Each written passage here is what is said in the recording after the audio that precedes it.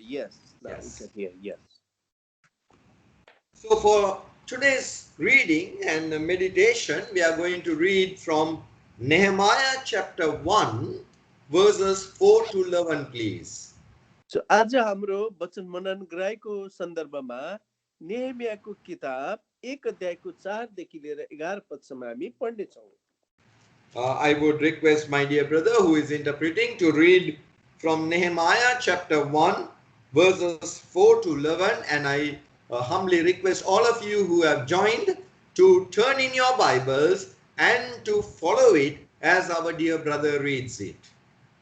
हामी चाहिँ बाइबल अध्ययन गराइमा पढाइको सन्दर्भमा नेहेमियाको किताब 1 अध्यायको 4 देखि 11 पदसम्म पढ्नेछौँ र कृपा गरेर हजुरहरू सबैले आफ्नो बाइबलमा हेर्नुहोला।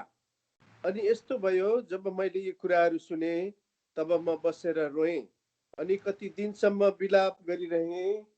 अनि उपवास बसेर मैले स्वर्गका परमेश्वरको सामु प्रार्थना गरेँ र भने, हे परम प्रभु स्वर्गका परमेश्वर, महान र भयज्ञ परमेश्वर, म तपाईँलाई बिन्ती गर्छु, तपाईँलाई प्रेम गर्नेहरू र तपाईँका आज्ञा पालन गर्नेहरूसँग तपाईँ आफ्नो वाचा र करुणा कायम राख्नुहुन्छ।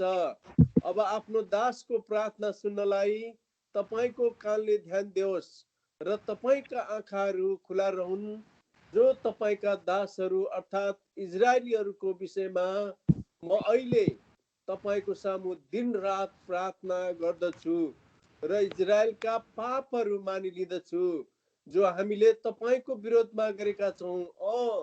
म र मेरा पिता पुर्खाको घरनाले नै पाप गरेका छौँ। हामीले तपाईँको विरोधमा साह्रै भ्रष्ट व्यवहार गरेका छौँ र आफ्ना दास मोसालाई दिनुभएको आज्ञाहरू, विधिहरू र नियमहरू पालन गरेका छैनौँ।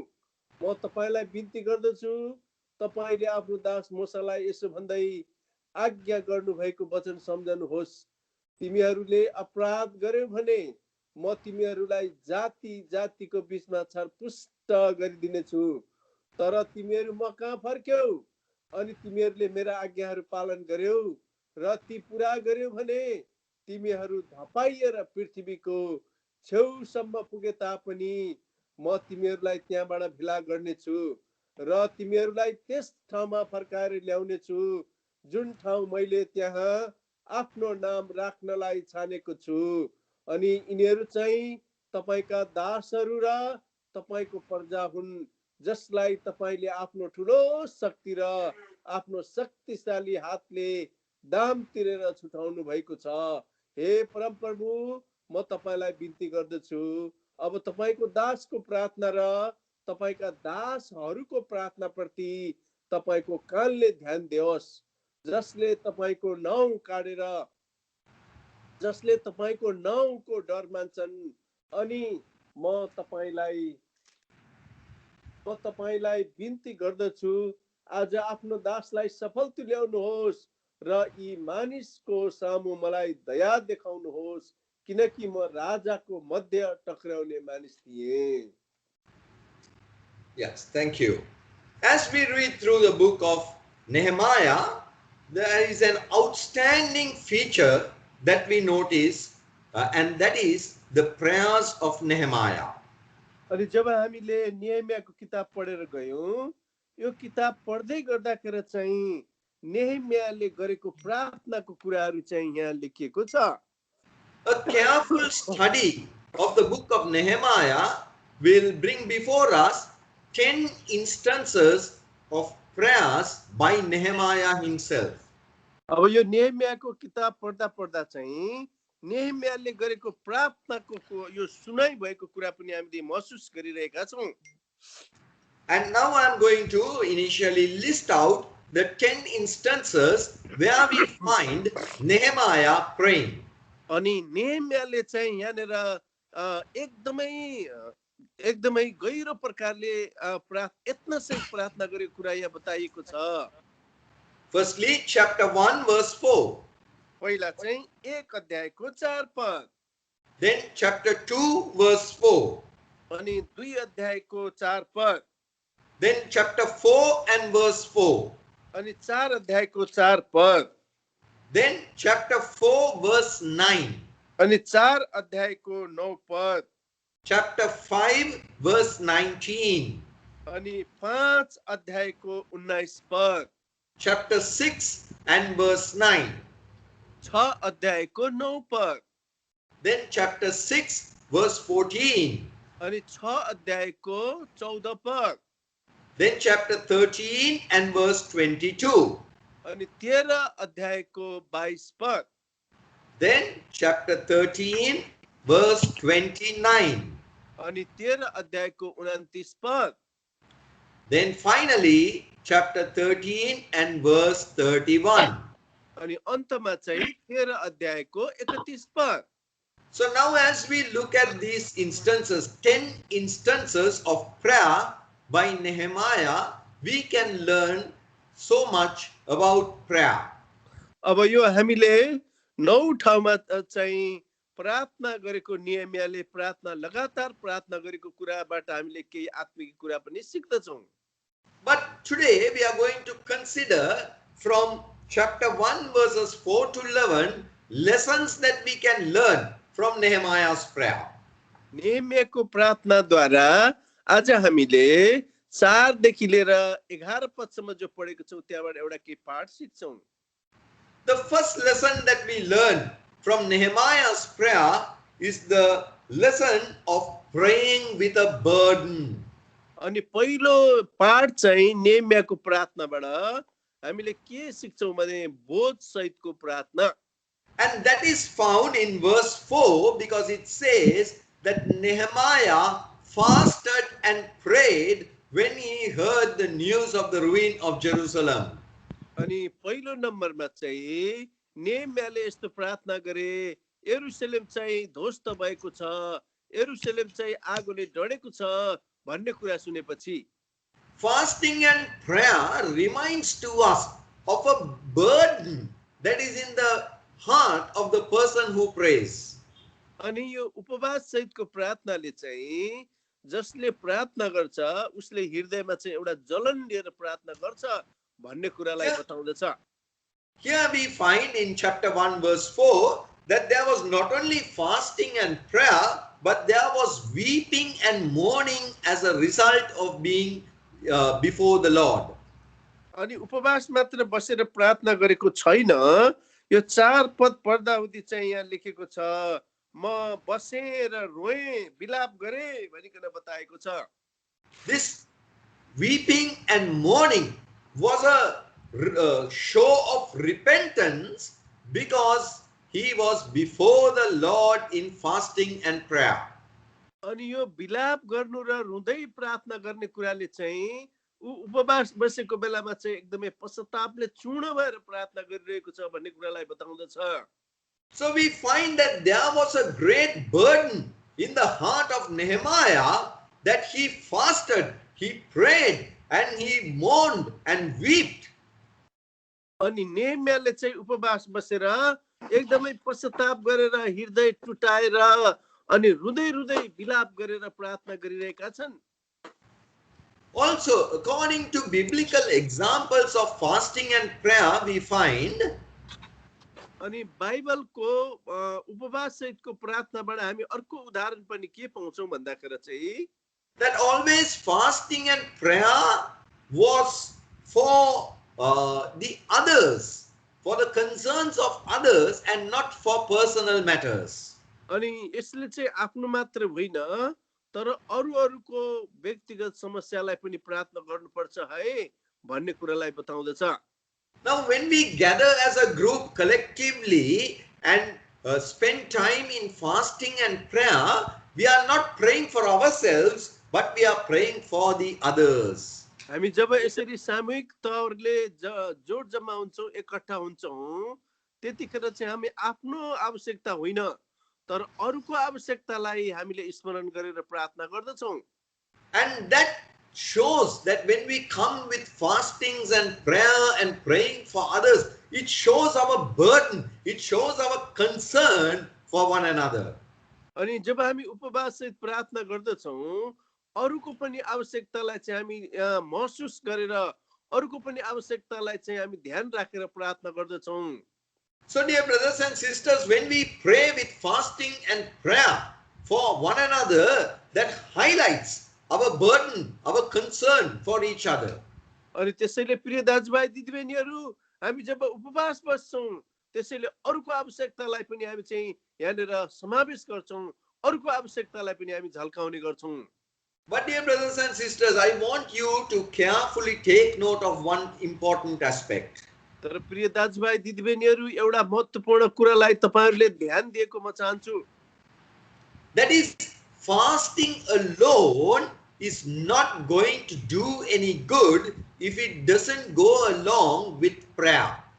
अनि तपाईले उपवास मात्र बसेर यदि प्रार्थना चाहिँ गर्नु भएन भने चाहिँ कुनै कुरा पनि हाम्रो समावेश हुँदैन, कुनै कुरा पनि पूरा हुँदैन। So fasting and prayer, it goes hand in hand, it goes together along.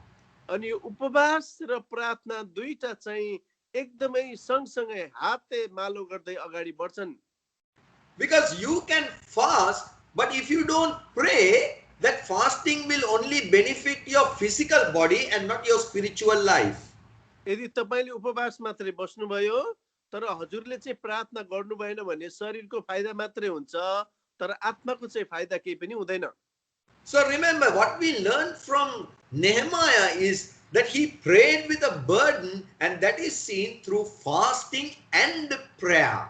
तब नेहमियाको या चाहिँ हृदयको बोझलाई हामी यहाँनिर महसुस गर्न सक्दछौँ कि उनले उपवास पनि बसे र प्रार्थना पनि गरेका छन्।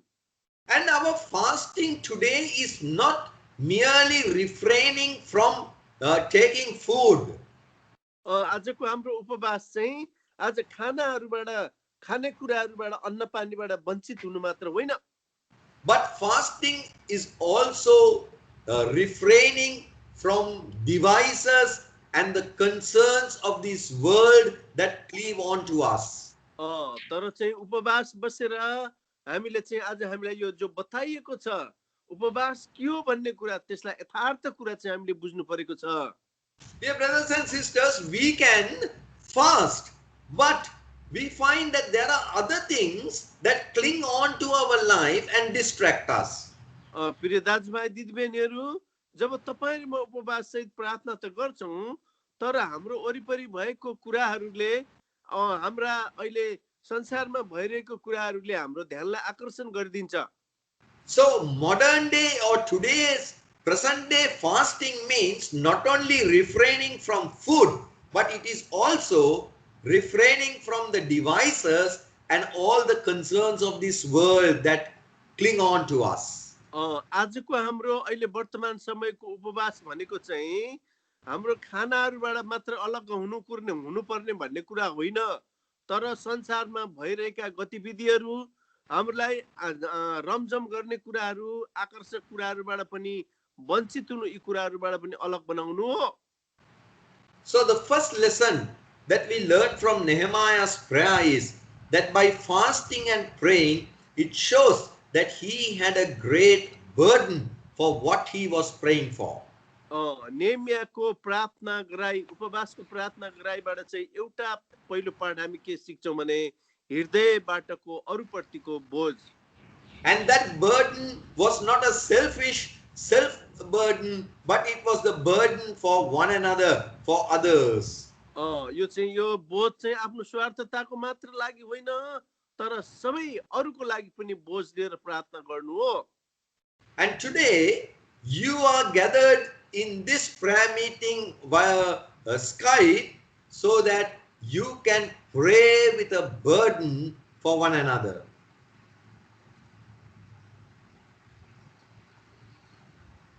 जसरी अरूको लागि बोझ लिएर प्रार्थना।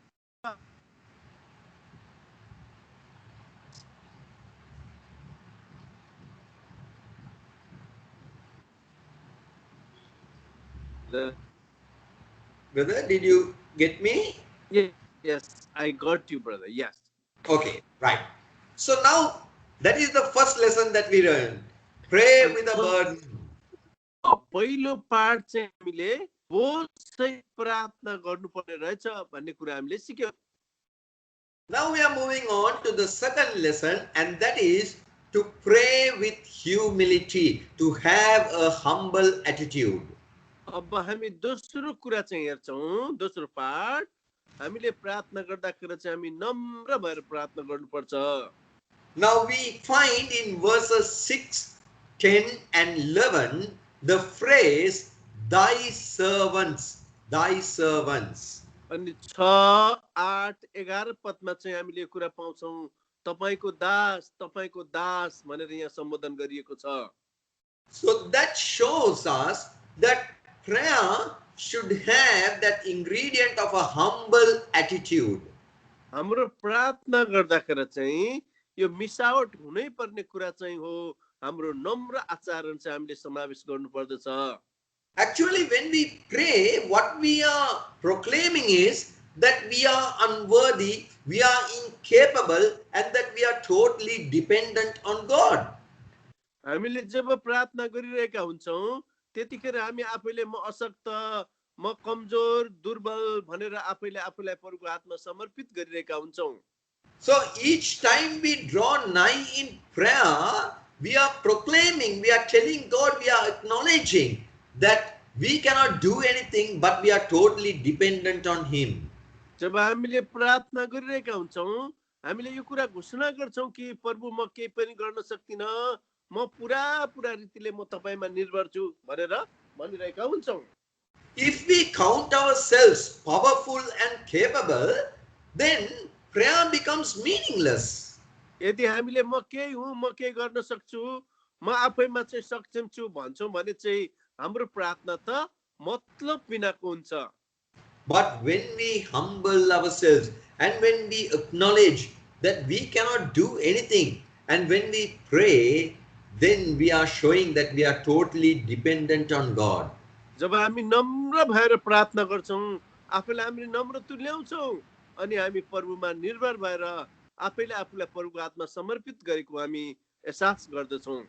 Like a child looking up to his or her father, like a servant looking up to his master, we should be able to look unto the Lord with a humble heart, a humble attitude. जसरी नानीले बाबुआमालाई हेर्छ, आफूले बाबुआमाको हातमा समर्पित गर्छ, जसरी नोकरले मालिक मालिनीको हात हेर्छ, त्यस्तै प्रकारले हामी चाहिँ प्रभुको हातमा आफूलाई समर्पित गर्नुपर्छ, नम्र हुनुपर्छ। And it is that humble attitude that will give us the assurance that our prayer will be heard and answered by God. जब हामीलाई यो नम्र भएको महसुस हुन्छ अनि परमेश्वरले हाम्रो प्रार्थना चाहिँ अब सुन्नुभयो है भन्ने पनि हामीलाई महसुस हुन्छ। Second book of Chronicles, chapter 7 and verse 14, please. अनि दोस्रो इतिहासको किताब 7 को चाहिँ 14 पद। Second book of Chronicles, chapter 7 and verse 14. Dear brother, can you kindly read it? दोस्रो इतिहास 7 को 14 पदलाई चाहिँ हामी पढ्ने छौं। दोस्रो इतिहास 7 को 14 पद, मेरो नामले कहलाएको मेरा जनहरूले आफूलाई नम्र तुल्याए, प्रार्थना गरे र मेरो चेहराको खोज गरे अनि आफ्ना दुष्ट चालहरूबाट फर्के भने म स्वर्गबाट सुन्नेछु, उनीहरूको पाप क्षमा गरिदिनेछु र उनीहरूको देशलाई निको पार्नेछु। Yes, there we find the Lord is saying, if my people would humble themselves, then I would hear and heal their land. अनि यहाँ परमेश्वरले भन्नुहुन्छ, यदि मेरो जनताले, मेरो लोकहरूले आफूलाई नम्र बनाएर प्रार्थना गरे भने म उनीहरूको प्रार्थनालाई सुन्नेछु र म देशलाई निको पार्नेछु। So the second lesson that we learn from Nehemiah's prayer is to have an humble attitude when we draw nigh to God in prayer. अनि नेहमियाले प्रार्थना गरेकोबाट हामीले दोस्रो पाठ हामीले के सिक्यौं भने हामीले आफूलाई चाहिँ नम्र बनाएर हामीले प्रार्थना गर्नुपर्ने रहेछ। So dear brothers and sisters, today as we pray, let us go before the Lord with that humble heart, humble attitude, saying, Lord, I cannot do anything, but I totally depend on thee. अनि आज हामीले जब प्रार्थना गरिरहेका हुन्छौं, यो नेहमियाबाटको प्रार्थनाको यो पाठ हामीले सिकौं कि प्रभु म केही पनि होइन, म आफैले केही गर्न सक्दिन, म तपाईमा नै निर्भर गर्छु, म दुर्बल छु भनेर हामीले भनौं। Lord, as a child that comes to its father, like a servant that draws nigh to his master and looking unto his master, I come to you today. Let that be our attitude. हामी यस्तो प्रकारको आचरण चाहिँ हाम्रो हुन सकोस्, जसरी नानीले चाहिँ बाबुलाई निर्भर गर्छ अनि जसरी नोकरले मालिकमाथि भर पर्छ। Now we are moving on to the third lesson that we can learn from Nehemiah's prayer. अब हामी अगाडि बढौं, नेहेमियाको प्रार्थनाबाट चाहिँ हामी तेस्रो पाठ के सिक्छौं त? And again it is from chapter 1 verse 6, where Nehemiah says that he is confessing the sins. अनि नेहेमियाले चाहिँ आफ्नो पापलाई चाहिँ स्वीकार गरेको कुरा हामी यहाँ चाल पाउँछौं। So the third important aspect to be found in prayer is, the lesson that we learn is that there has to be confession. अनि प्रार्थना गर्दाखेरि नेहेमियाले तेस्रो कुरा चाहिँ पापबाट आफूलाई पश्चाताप गरेको कुरा हामी चाल पाउँछौं। If we draw nigh in prayer with unconfessed sin, यदि हामी चाहिँ पाप स्वीकार नगरिकन प्रार्थना गर्यौं भने that prayer will be only uttering of mere words into thin air. अनि यो प्रार्थना चाहिँ मुखबाट एउटा भटभटाउने र हाम्रो माथि छाना भन्दा माथि जाने कुरा हुँदैन। But when we draw nigh to God in prayer, जब हामी परमेश्वरको समीपमा प्रार्थना गर्न आउँछौं, we need to confess our sins हामीले हाम्रो पाप चाहिँ पश्चाताप गर्नै पर्छ। with the assurance of fresh forgiveness. We need to draw nigh to Him. अनि हामीलाई पाप क्षमा भएको अनुभव भएर मात्र परमेश्वरको उपस्थितिमा आउनु पर्दछ। Only then we will have that assurance that our prayer is heard by God, our prayer is answered by God. अनि मात्र हामीलाई चाहिँ यो कुराको महसुस हुन्छ कि हाम्रो प्रार्थना सुनाइ भएको र हाम्रो प्रार्थनालाई परमेश्वरले सुनिदिएको। So dear brothers and sisters, please remember, whenever we draw nigh to God, enter His presence in prayer, confession has to be there. अनि प्रिय दाजुभाइ दिदीबहिनीहरू, जब हामी प्रार्थना गर्नको लागि यसरी भेला हुन्छौं, हाम्रो पापको पश्चाताप चाहिँ त्यहाँ हुनै पर्दछ। The psalmist understood this principle very well. अनि भजनकारले चाहिँ यो सिद्धान्तलाई चाहिँ राम्रोसँग बुझेका रहेछन्। That is why in Psalm 66 verse 18 he said, if I regard iniquity in my heart, the Lord will not hear me. भजन संग्रह लेखेको छ, यदि 66 को 18 मा यदि मैले आफ्नो हृदयमा अधर्म राखे भने परम प्रभुले मेरो बिन्ती सुन्नु हुने छैन। Yes, if there is any form of iniquity and sin in our life, the Lord will not hear our prayer. यदि हाम्रो जीवनमा कोही पाप छ, अधर्म छ भने हाम्रो प्रार्थनाको सुनवाई हुने छैन। Of course, we can pray, हो, हामीले प्रार्थना त गरौँला, but that prayer will not be profitable. It will not result in anything. तर त्यो प्रार्थनाको कुनै पनि महत्त्व हुँदैन। प्रार्थना गरेर कुनै फाइदा चाहिँ हामीले प्राप्त गर्न सक्दैनौँ।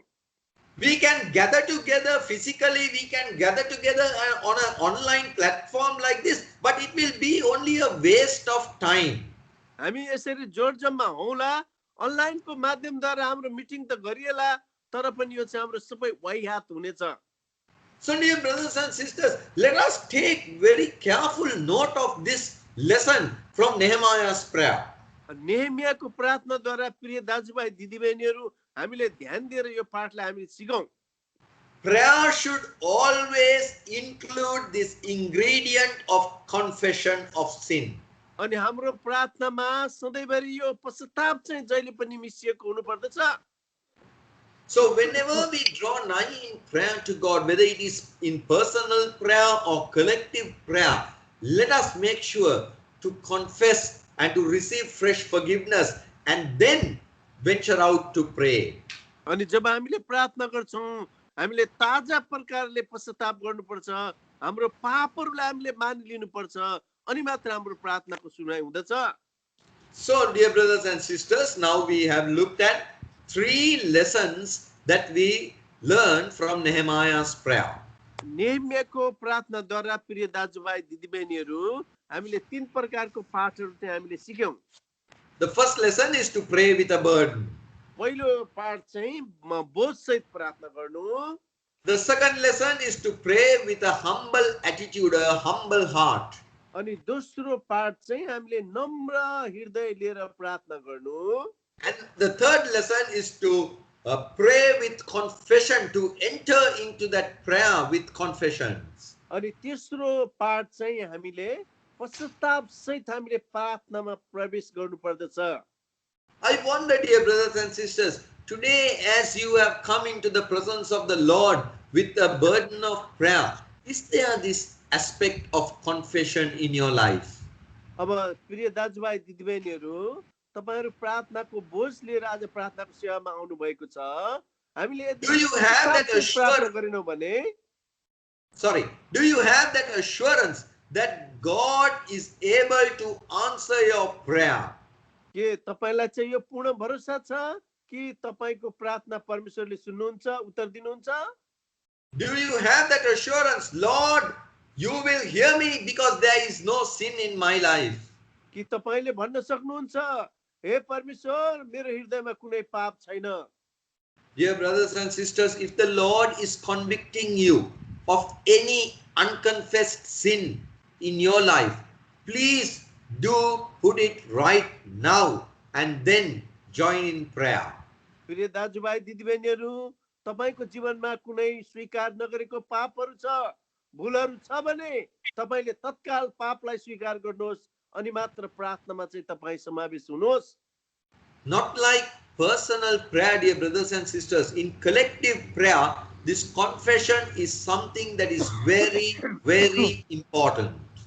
त्यसैले यसलाई चाहिँ तपाईले व्यक्तिगत प्रार्थनालाई नसम्झनुहोस्। यो चाहिँ एउटा सामूहिक प्रार्थना भएको कारणले हाम्रो पाप र भुललाई चाहिँ हामीले स्वीकार गर्ने पर्दछ।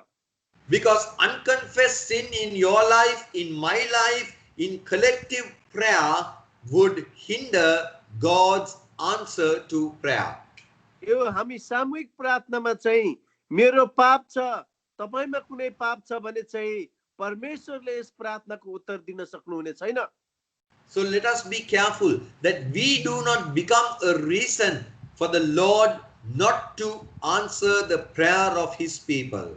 अब परमेश्वरले प्रभुको लोकहरूको प्रार्थनाको उत्तर दिनको लागि चाहिँ तगारो बाधाको कारण चाहिँ म अनि हामी नबनौं।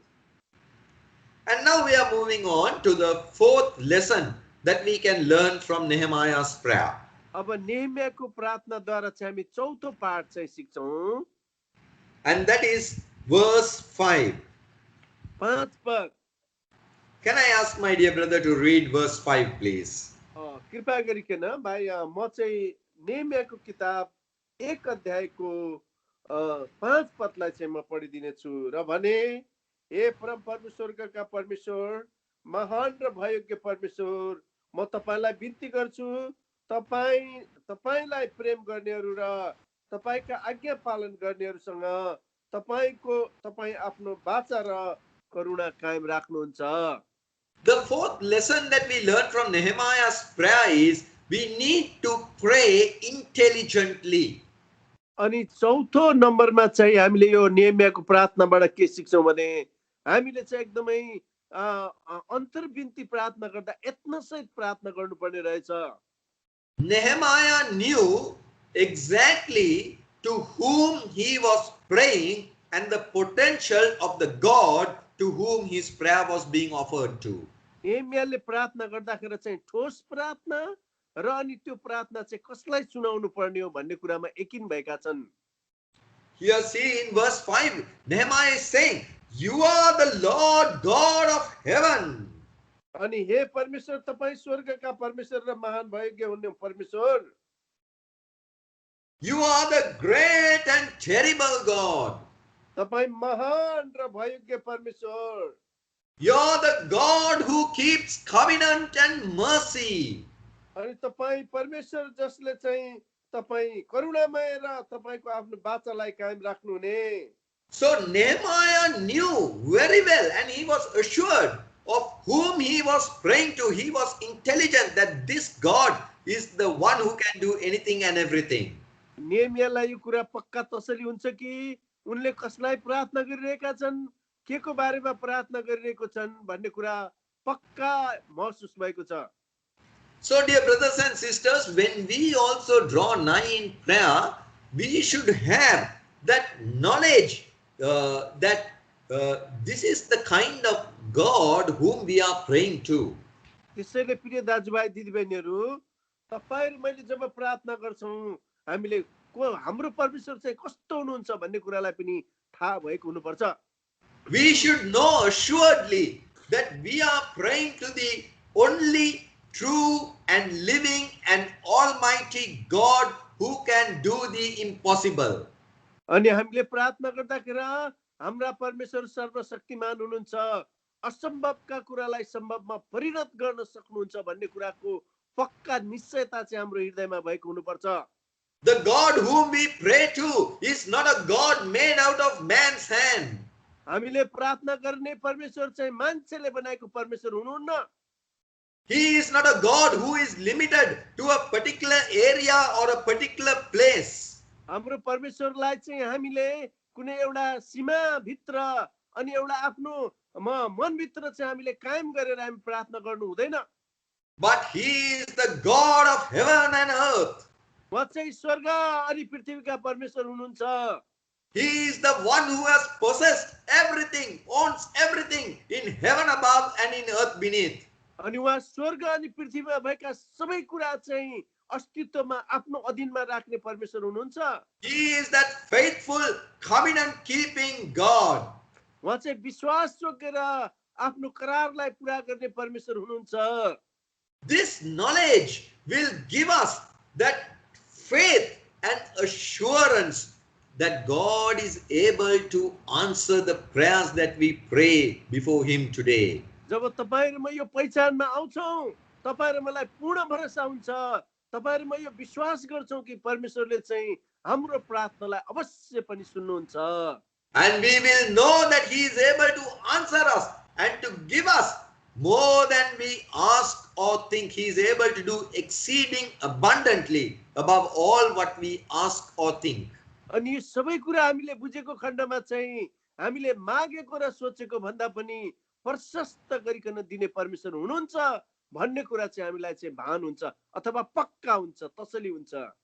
Dear brother, dear sister, I wonder this morning, how many of you have joined in this online prayer meeting with that knowledge, with that assurance that our God is the one who can do the impossible. आज बिहान यो अनलाइनमा चाहिँ विभिन्न ठाउँबाट जोडिनु भएको दाजुभाइ दिदीबहिनीहरूलाई म यही कुरा चाहिँ बताउन चाहन्छु कि तपाईहरु मध्ये कतिजना हुनुहुन्छ कि हाम्रा परमेश्वर चाहिँ हामीले यो हृदय लिएर यो निश्चयता लिएर प्रार्थना गरेको खण्डमा असम्भवका कुरालाई सम्भवमा परिणत गर्न सक्नुहुन्छ। If you do not know the capability, the power and the potential of the Lord whom we pray to, then how can you pray with faith and assurance today? अनि आज हामीले प्रार्थना गरेको परमेश्वर चाहिँ यति महान हुनुहुन्छ, आफ्नो करारलाई प्रतिज्ञालाई पूरा गर्नुहुन्छ भन्ने चाहिँ हाम्रो विश्वासलाई, हाम्रो निश्चयतालाई चाहिँ हामीले उहाँमाथि राख्नु पर्दछ। Don't allow Satan to bring in doubt into your heart. शैतानलाई चाहिँ तपाईको हृदयमा शंका ल्याउन नदिनुहोस्। Satan may show the things around the world and say, look at the things that are happening. Where is God? What is God doing? आज शैतानले भनिरहेको छ सारा संसारमा हेर के भइरहेको छ अनि तेरो परमेश्वर कहाँ छ, तेरो परमेश्वरले के गर्यो। Look, God is not answering prayer. God is not able to do anything.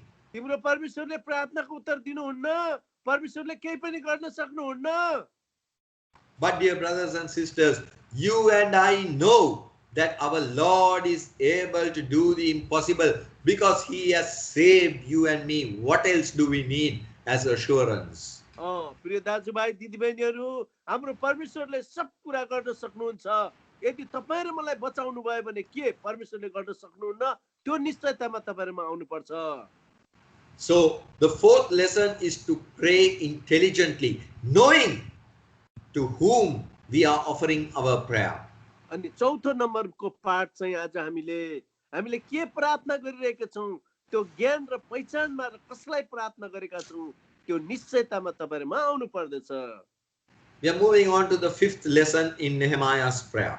अब नेहेमियाको प्रार्थनाबाट चाहिँ पाँचौं पाठमा हामी आउँदछौँ And that is again found in verse 6, please. अनि यो चाहिँ हामीले 6 पदमा हामी पाउँदछौँ And there we find Nehemiah says, "We have sinned against thee." अनि नेहेमियाले भन्छ तपाईको विरुद्धमा हामीले पाप गरेका छौँ There we find Nehemiah identified himself with the people of Israel, the Jewish people. यहुदीहरूको बीचमा नेहेमियाले आफूलाई पनि समावेश गरेको छ Now, Nehemiah was in no way a reason or at fault for this ruin. अनि नेहेमिया पनि यो यरुशलेम चाहिँ ढल्नुको कारण चाहिँ नेहेमिया पनि एउटा म पनि हुँ भन्ने कुरालाई उले वास्तविक कुरा जनाइरहेको छ But when he prayed for the people, the children of Israel, he identified himself and said, "We, inclusive of me, we have sinned against thee." जब उसले चाहिँ प्रार्थना गर्दछ इजरायलीहरूसँग आफैलाई समावेश गर्छ म पनि त्यो इजरायलीहरूसँग म पनि एउटा पाप गर्ने व्यक्ति हुँ भनेर उले आफूलाई पहिचानमा ल्याउँदछ Dear brothers and sisters, prayer becomes meaningful and intense only when we identify ourselves together with those whom we are praying for.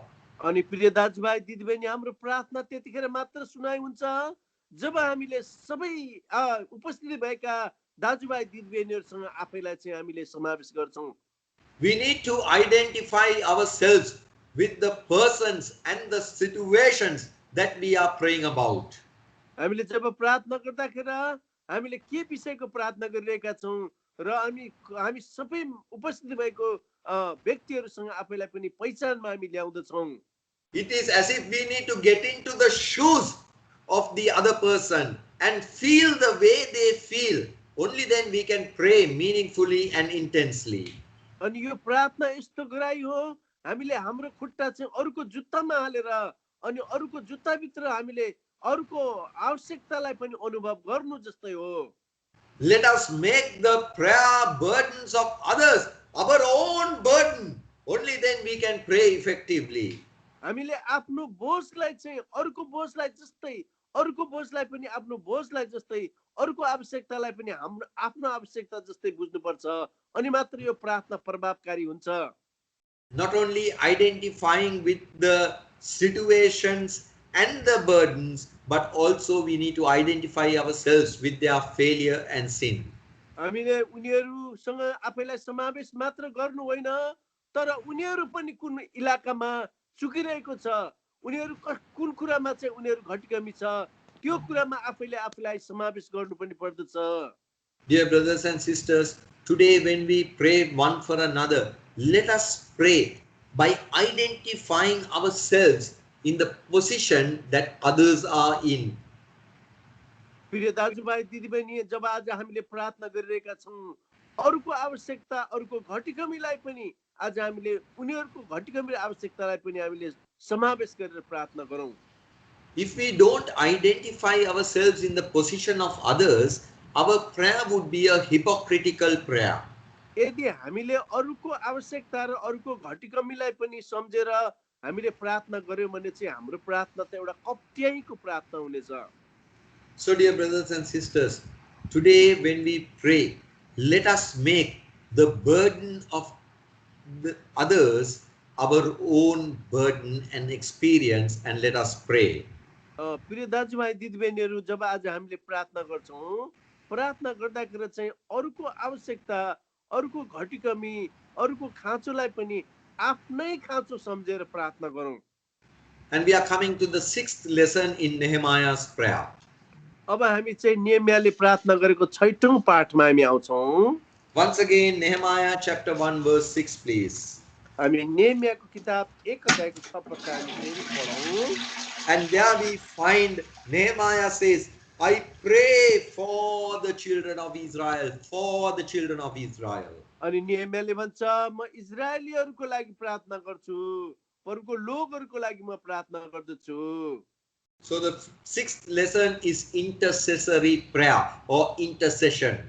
अनि 6औं नम्बर प्रार्थना चाहिँ अन्तर्विन्तीको प्रार्थना Actually, prayer means intercession. हो। खास प्रार्थनाको अर्थ नै अन्तर्विन्ती हो।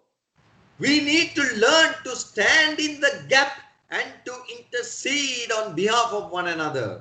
हामी त्यो एउटा धाँधोमा उभिएर अनि एक अर्काको आवश्यकतालाई लिएर अन्तर्विन्ती प्रार्थना गर्नु पर्दछ। Our Lord Jesus Christ, our eternal high priest, is interceding on our behalf forever and ever. हाम्रा प्रभु येशू मसीह जो महायाजक हुनुहुन्छ उहाँले चाहिँ तपाईँ र मेरो लागि अन्तर्विन्ती प्रार्थना सधैँभरि गर्नुहुन्छ। And now you and I have been given this ministry of intercession to intercede on behalf of one another. आज तपाईँ र मलाई यो महायाजकीय सेवा दिएको छ, पुजारी पदको सेवा दिएको छ। त्यसैले चाहिँ हामी एकअर्काको लागि बोधसहित प्रार्थना गर्नु पर्दछ। Dear brothers and sisters, do you pray for one another? मेरा प्रिय दाजुभाइ दिदीबहिनीहरू, तपाईँले एकअर्काको लागि प्रार्थना गरिरहनु भएको छ कि? Do you have a prayer list where you pray for other people? के तपाईँले अरूको लागि प्रार्थना गर्दाखेरि प्रार्थनाको नियम, प्रार्थनाको नामावलीहरू चाहिँ लिस्ट लेखेर प्रार्थना गर्नुहुन्छ? Do you give priority to the request of others more than your own personal prayer requests? तपाईको आफ्नो व्यक्तिगत प्रार्थना भन्दा अरूको प्रार्थनालाई तपाईले चासो लिनु भएको छ? As we face this global pandemic, this is a good time for us to be involved in intercessory prayer. जसरी आज संसारमा आइरहेको यो महामारी छ, यसले त तपाईहरु मेरो लागि फाइदा गरेको छ ताकि हामी एकअर्काको लागि प्रार्थना गर्न सक्दछौं।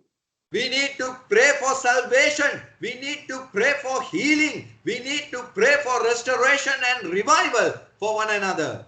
हामी अरूको लागि उद्धार मुक्तिको लागि, चंगाईको लागि, पुनरुत्थानको लागि, जागरुकको लागि चाहिँ हामी एकअर्काको लागि प्रार्थना गर्न सक्दछौं। Dear brothers and sisters, this should be our prayer, praying for one another, intercessory prayers. मेरा प्रिय दाजुभाइ दिदीबहिनीहरू, हाम्रो एकअर्काको लागि यो प्रार्थना अन्तर्विन्ती प्रार्थना चाहिँ यो हुनुपर्दछ। Can the Lord look up to you today to stand in the gap for another person? अनि आज के हामी आज प्रभु थियौं उभिएर अरूको आवश्यकताको लागि त्यो धाँधोमा हामी उभिन सक्छौं? May the Lord help you and me to be those people who would stand in the gap, who would intercede for one another. आज परमेश्वरले यस्तो व्यक्तिलाई हेरिरहनु भएको छ जुन व्यक्ति अरूको लागि चाहिँ धाँधोमा उभिएर खडा भएर प्रार्थना गर्न सक्छ। And now we come to the final 7th lesson in Nehemiah's prayer.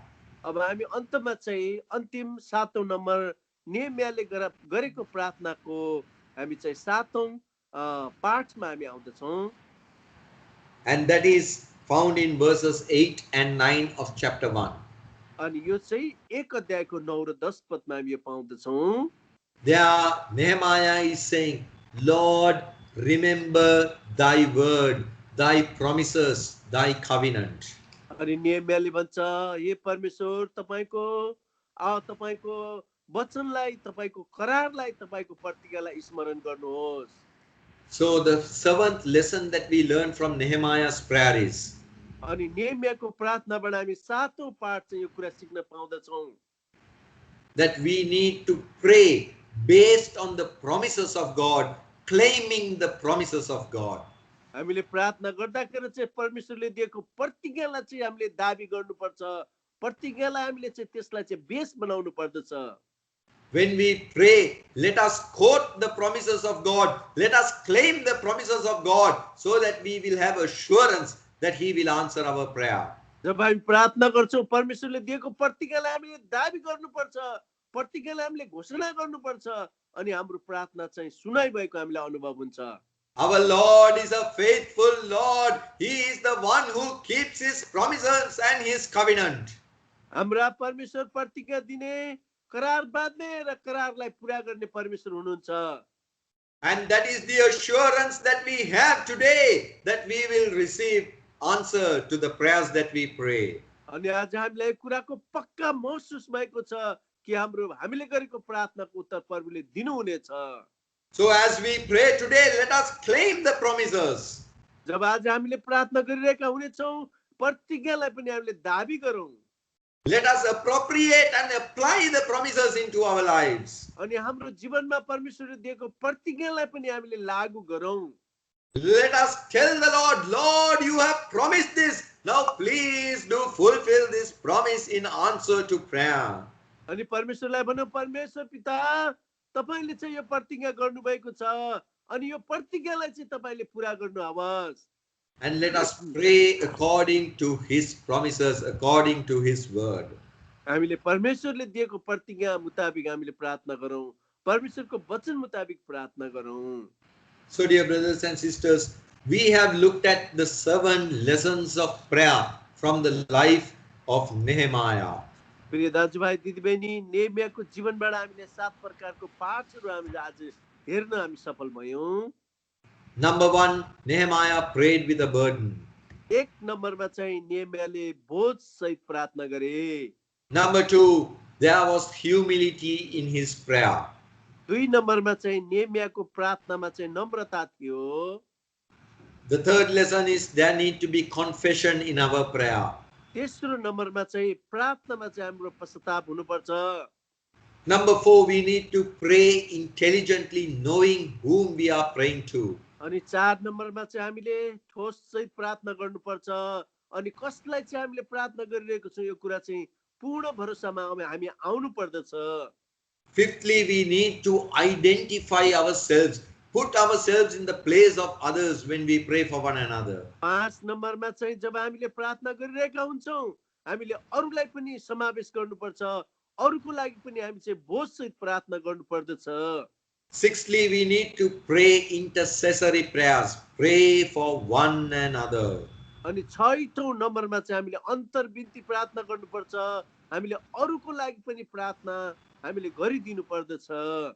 And seventhly, we need to pray, claiming the promises of God and appropriating the promises of God. अनि 7औं नम्बरमा चाहिँ हामीले चाहिँ परमेश्वरले दिएको प्रतिज्ञालाई, वचनको प्रतिज्ञालाई, करारलाई दाबी गरिकन प्रार्थना गर्नुपर्दछ। May the Lord help you and me to draw nigh to God in prayer, learning these lessons from the life of Nehemiah. आज परमेश्वरले तपाईं र मलाई प्रार्थनाको सन्दर्भमा नेहमियाले गरेको प्रार्थनाबाट चाहिँ यी कुराहरू हामीलाई सिकाएका हुन्। Amen. Amen. Thank you, brother. Our brother Dinesh, who's from Colombo. हाम्रो भाइ दिनेश